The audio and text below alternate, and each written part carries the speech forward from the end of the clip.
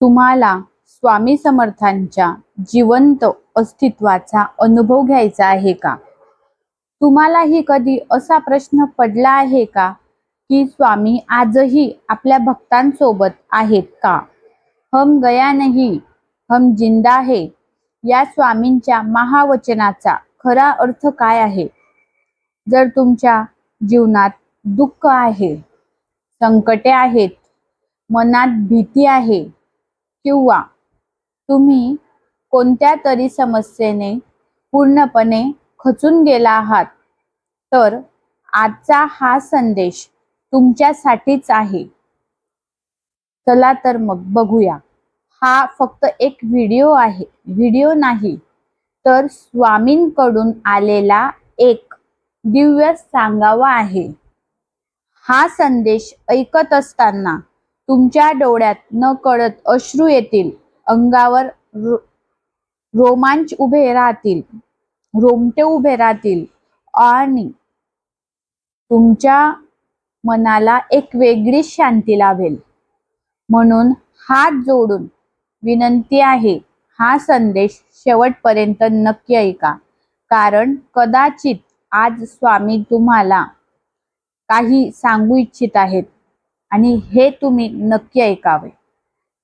चला तर मग सुरुवात करूया. जगात कितीही अंधार असला तरी स्वामींच्या कृपेचा एक किरण भक्तांचे संपूर्ण आयुष्य उजळवून टाकतो.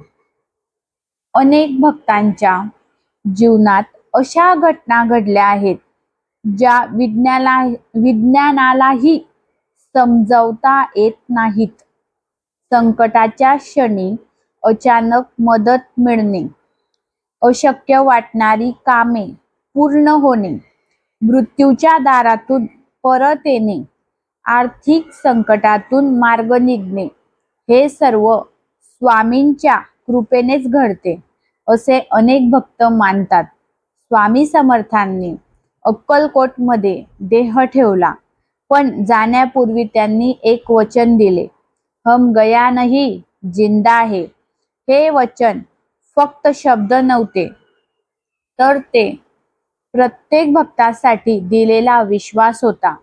आज आपण अशीच एक सत्य घटना ऐकणार आहोत, जी स्वामींच्या जिवंत अस्तित्वाची साक्ष देते. एका छोट्याशा गावात एक गरीब कुटुंब राहत होते. त्या कुटुंबातील रमेश नावाचा युवक अत्यंत प्रामाणिक होता. पण त्याच्या आयुष्यात संकटाची मालिका सुरू होती. त्याच्या आयुष्यामध्ये भरपूर संकटे आली होती. नोकरी नव्हती, घरात पैशांची चणचण होती, आई आजारी होती आणि कर्जदार दररोज दारात उभे राहत होते. रमेश दिवसेंदिवस दारात उभे जे कर्जदार होते, जे दिवसेंदिवस दारात उभे राहत होते, रमेश त्यांच्याबद्दल चिंता करत होता. एक दिवसेंदिवस रमेश हा निराश होत चालला होता. एक दिवस तो पूर्णपणे खचला. रात्री घराच्या एका कोपऱ्यात बसून तो रडत होता. त्याच्या आईने त्याला स्वामी समर्थांचा फोटो दिला आणि म्हणाली, बाळा, जग साथ सोडेल, पण स्वामी साथ सोडणार नाहीत. रमेश पहिल्यांदाच मनापासून स्वामींच्या चरणी प्रार्थना केली. त्याने त्या रात्री त्याला एक विलक्षण स्वप्न पडले. स्वप्नात त्याने पाहिले, एक तेजस्वी वृद्ध पुरुष भगव्या वस्त्रात त्याच्या समोर उभे आहेत. त्याच्या डोळ्यात करुणा होती. त्यांच्या जे डोळे होते, त्यांच्या डोळ्यात करुणा होती. त्यांनी फक्त एकच वाक्य सांगितले, भिवू नकोस, मी तुझ्या पाठीशी आहे. सकाळी उठल्यानंतर रमेशला खूप शांत वाटत होते.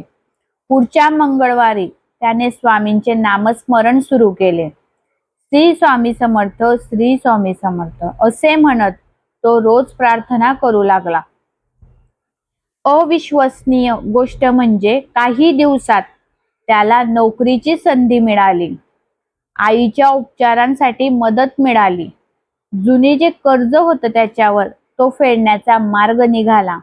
रमेशला समजले की हे सर्व योगायोग नाही, स्वामींची कृपा त्याच्यावर झाली होती.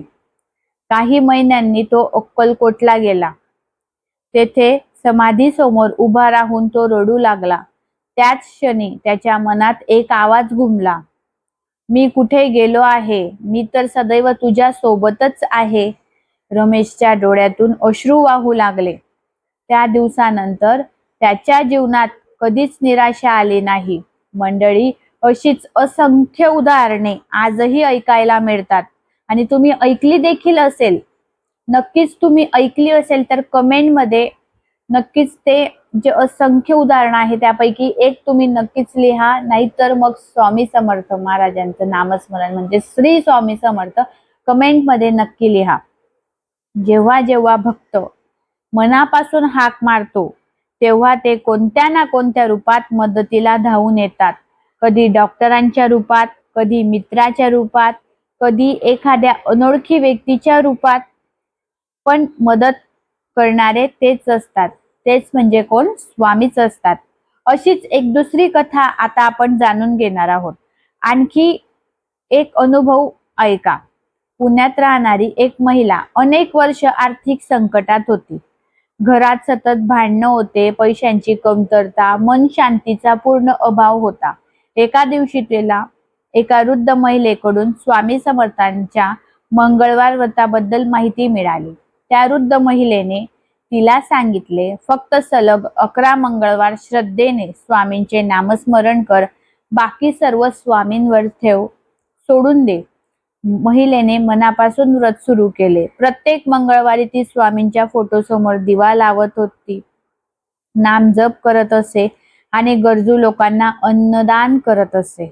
ज्या नोकरीसाठी तिने अनेक महिन्यांपूर्वी अर्ज केला होता त्या ठिकाणाहून तिला कामाची संधी मिळाली. काही दिवसात घरातील परिस्थिती जी होती ती बदलू लागली. जिथे निराशा होती तिथे आशा निर्माण झाली. जिथे भीती होती तिथे विश्वास निर्माण झाला. तेव्हा तिला स्वामींच्या त्या वचनाचा खरा अर्थ समजला, हम गया नहीं, जिंदा है. अजून एक मी तुम्हाला तशीच एक कथा अजून सांगते, तसाच एक अनुभव सांगते. मृत्यूच्या दारातून परत. एका भक्ताचा अपघात झाला होता.